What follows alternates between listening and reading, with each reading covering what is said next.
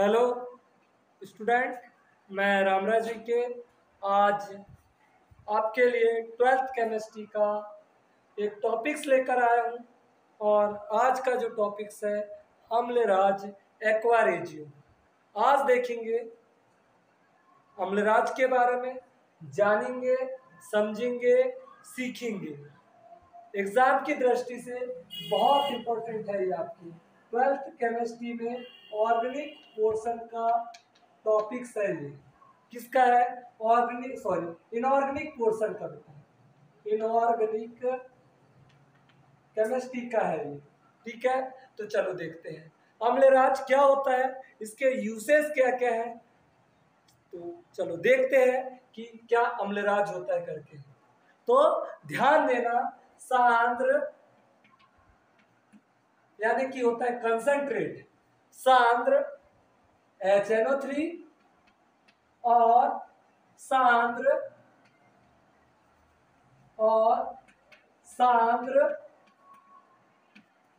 HCl। क्या क्या लिखा मैंने यहाँ पे? सांद्र HNO3 और सांद्र HCl के 1:3 के मिश्रण को, क्या बोला मैंने? सांद्र HNO3 और सांद्र HCl के 1:3 के मिश्रण को अम्लराज कहते हैं। क्या बोलते हैं? अम्लराज कहते हैं। ये बात क्लियर हो गई होगी आपको कि अम्लराज किसे कहते हैं।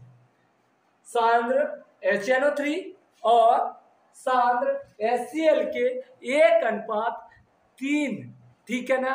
1:, यानी कि एक क्या लेना है आपको? HNO3 का मॉलिक्यूल, यानी कि सीधा सा यदि इसको समझने की कोशिश करें बेटा अपन, तो 1 लीटर में आपको HNO3 ले लेना है और 3 लीटर इसको क्या ले लेना है? HCl ले लेना है। और पर इनकी कंडीशन ध्यान देना, सांद्र ही रहना चाहिए। सांद्र HNO3 और सांद्र HCl के 1:3 के मिश्रण को क्या बोलते हैं? अम्लराज कहते हैं। क्या बोलते हैं? अम्लराज कहते हैं। क्लियर हो गई होगी मेरी बात शायद। तो चलो इसकी रिएक्शन से देखते हैं अपन। सांद्र HNO3 और सांद्र HCl के 1:3 के मिश्रण को अम्लराज कहते हैं। 1:3 के अनुपात के मिश्रण को अम्लराज कहते हैं। चलो इसकी रिएक्शन देखते हैं सबसे पहले अपन क्या क्या होता है अम्लराज करके। तो मैं यहाँ पे ले रहा हूँ HNO3 1:, में यानी कि सीधा सा मैं 1 मॉलिक्यूल्स ले लिया हूँ। ठीक है ना? किसका? HNO3 का। और इसके साथ में जो अभिक्रिया करवा रहा हूँ मैं 3 मॉलिक्यूल्स HCl के करवा रहा हूँ।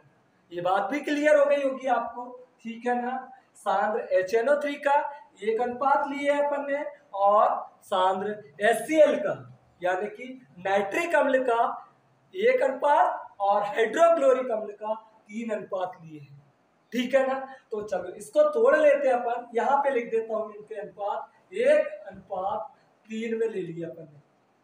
तो ध्यान देना आगे ये किस में टूटेगा? पहले OH- में और NO2+ में।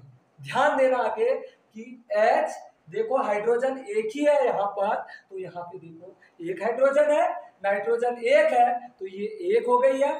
ठीक है, और ऑक्सीजन 3 है यहाँ पर, तो 1 ऑक्सीजन ये और 2 ऑक्सीजन ये, तो टोटल कितनी ऑक्सीजन हो गई? 3 ऑक्सीजन हो गई है ना। तो ये बात क्लियर हो गई। अब ये किस पे टूटेगा? H+ पे और Cl- पे। यहाँ टोटल आपको दिख रहा होगा कि 3 हाइड्रोजन भी है और 3 क्लोरीन भी है। ठीक है ना? तो हमने ये बॉन्ड को तोड़ दिए, पुराने बंध तोड़ दिए। अभिक्रिया भी कब होती है यार? जब पुराने बंध टूटते हैं, ठीक है ना, और उसी के बाद अभिक्रिया होगी, तभी नए बंध बनेंगे। तो चलो ध्यान देना, इसको और तोड़ो बेटा आप, तो ये किसमें टूटेगा? ध्यान देना, NO+ में और O- में टूट गया ना। ये देखो N नाइट्रोसिल ग्रुप, और या इसी को बोल सकते हैं अपन nitrogen monoxide plus ion, nitrogen monoxide plus ion. Clear हो गई मेरी बात? इसको ही यदि प्लस नहीं रहता है तो नाइट्रिक ऑक्साइड बोलते हैं। क्या बोलते हैं इसको? Nitric oxide. तो चलो आगे ध्यान देना, ये प्लस वाले को मैं इस माइनस वाले को साथ जोड़ लेता हूँ। देखो NO, तो NOCl हो गए। यहाँ पर ये बात भी क्लियर हो गई होगी, नाइट्रोसिल क्लोराइड NOCl। ठीक है, आगे ध्यान देना यहीं पे कि आपका यहाँ पे ध्यान देना, ये टोटल यहाँ 3 हाइड्रोजन है बेटा, क्लियर है, ये 3 हाइड्रोजन ये और 1 हाइड्रोजन ये, टोटल कितनी हाइड्रोजन हो गई 4। तो मैं इसको ऐसा लिख सकता हूं ना 2H2 करके, ठीक है ना, 2H2 हो गई 4। देखो 1 हाइड्रोजन ये और 3 हाइड्रोजन ये, तो पूरी हाइड्रोजन निकल गई, 2H2 हो गया। अब यहाँ टोटल कितनी ऑक्सीजन थी 3 में से देखो ये 3 ऑक्सीजन है, 3 में से 1 निकल गई है, बची कितनी है 2, तो ये 2H2O भी बन गया।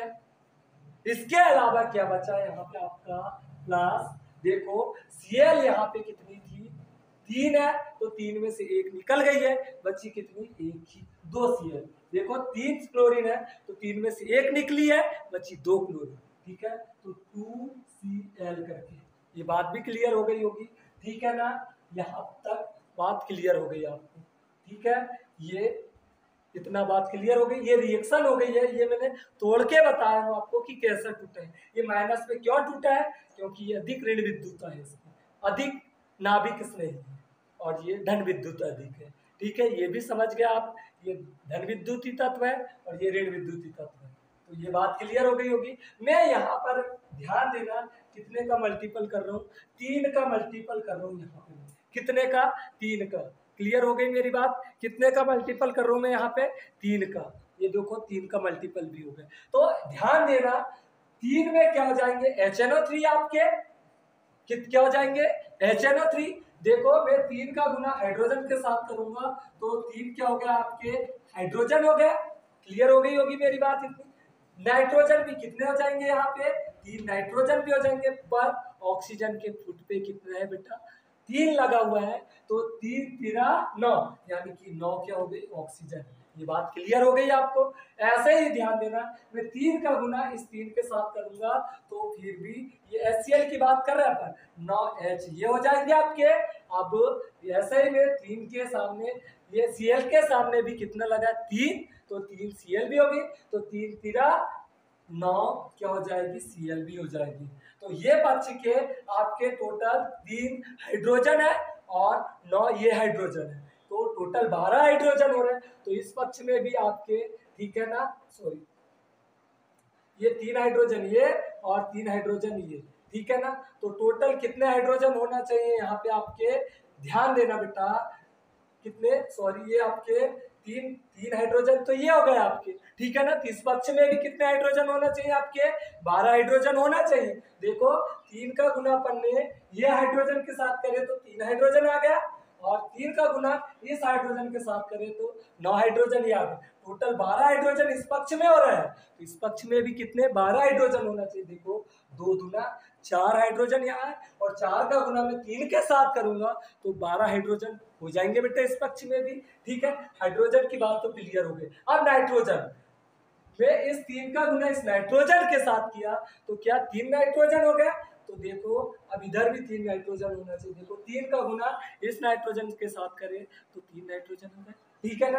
ऐसे ही ऑक्सीजन का ध्यान देना, ऑक्सीजन यहाँ कितनी है टोटल 3 है, तो मैं 3 का गुना इसके साथ करूंगा तो 9 हो गई इस पक्ष में, यानी कि 9 ऑक्सीजन है। तो इस पक्ष में भी देखो 2 3 6 ऑक्सीजन ये हो गई है, ठीक है ना। कितनी देखो यहाँ पे ये 2 ऑक्सीजन तो पहले ही है, ठीक है ना, 2 3 6 ऑक्सीजन ये हो गई है, और 3 का गुना यहाँ पे भी होगा इस ऑक्सीजन के साथ तो हो जाएगी 9, 3 3 एक कम 3, ऑक्सीजन भी 3 हो गई है। क्लियर है। नेक्स्ट क्लोरीन, ठीक है ना, क्लोरीन टोटल 9 है, तो ये 3 सामने लगा है, ये भी देख लो, तो 3 3 9 भी हो गई। क्लियर है ना। तो अम्लराज क्या होता है ध्यान देना, सांद्र HNO3 यानी कि नाइट्रिक अम्ल और सांद्र HCl के 1:3 के अनुपात को क्या बोलते हैं अम्लराज कहते हैं। ठीक है, तो यहाँ पे घबराने की जरूरत नहीं है, ये 1:3 पे ही आएंगे। ठीक है, चलो आगे ध्यान देना, इसका उपयोग कहाँ किया जाता है ध्यान देना बेटा, इसका उपयोग उन धातुओं को घोलने के लिए किया जाता है, उन धातुओं को सॉल्यूबल करने के लिए किया जाता है, डिसॉल्व करने के लिए किया जाता है जो धातु प्रकृति में मुक्त अवस्था में रहती है, जैसे Au, Ag और Pt। क्लियर हो गई क्या मेरी बात? ये यानी कि सोना, चांदी, प्लेटिनम, ये जो धातु है प्रकृति में मुक्त अवस्था में रहती है, तो इनको घोलने के लिए इसका उपयोग किया जाता है। और इनका उपयोग नहीं, ये जो नवजात क्लोरीन निकलती है, इस क्लोरीन का उपयोग किया जाता है। ठीक है मेरी बात इतनी? तो चलो मैं यहाँ से कितनी, ये 2 क्लोरीन की जगह में इसकी मात्रा बढ़ा लेता हूँ, 3 क्लोरीन कर लिया और इसकी अभिक्रिया में Au के साथ कर भरूँ, गोल्ड के साथ कर भरूँगा। क्लियर हो गई क्या बात मेरी इतनी? ठीक है, ये नाइट्रोसिल क्लोराइड हो जाएगा, जल हो जाएगा और ये क्लोरीन हो जाएगी। तो कोई भी क्लोरीन के साथ नहीं घुलता है।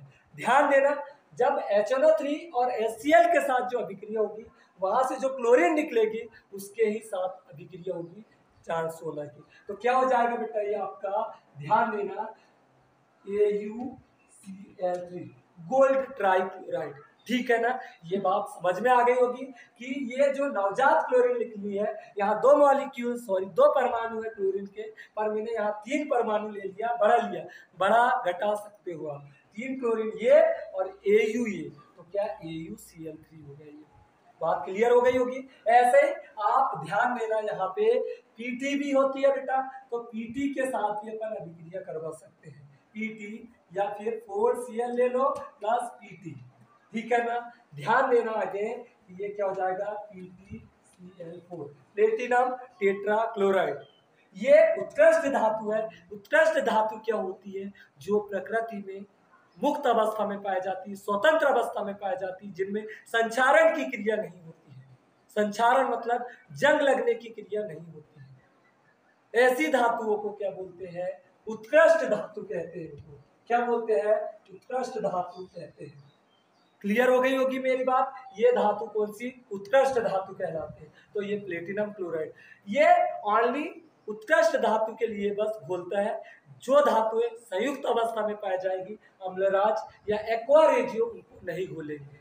एक बार दोबारा सुनना कि सांद्र HNO3 और सांद्र HCl के 1:3 के अनुपात के मिश्रण को अम्लराज कहते हैं। इसका उपयोग उन धातुओं को घोलने के लिए किया जाता है जो प्रकृति में मुक्त अवस्था में पाई जाती है, जैसे Au, Ag, Pt। ध्यान देना, ये HNO3 और HCl के जब 1:3 में मिलाएंगे तो जो नवजात क्लोरीन निकलेगी, इस क्लोरीन पे कौन घुलता है? आपका गोल्ड और प्लेटिनम घुलता है और ये यौगिक बनाते हैं। तो शायद आपको ये इसका स्क्रीनशॉट ले लो।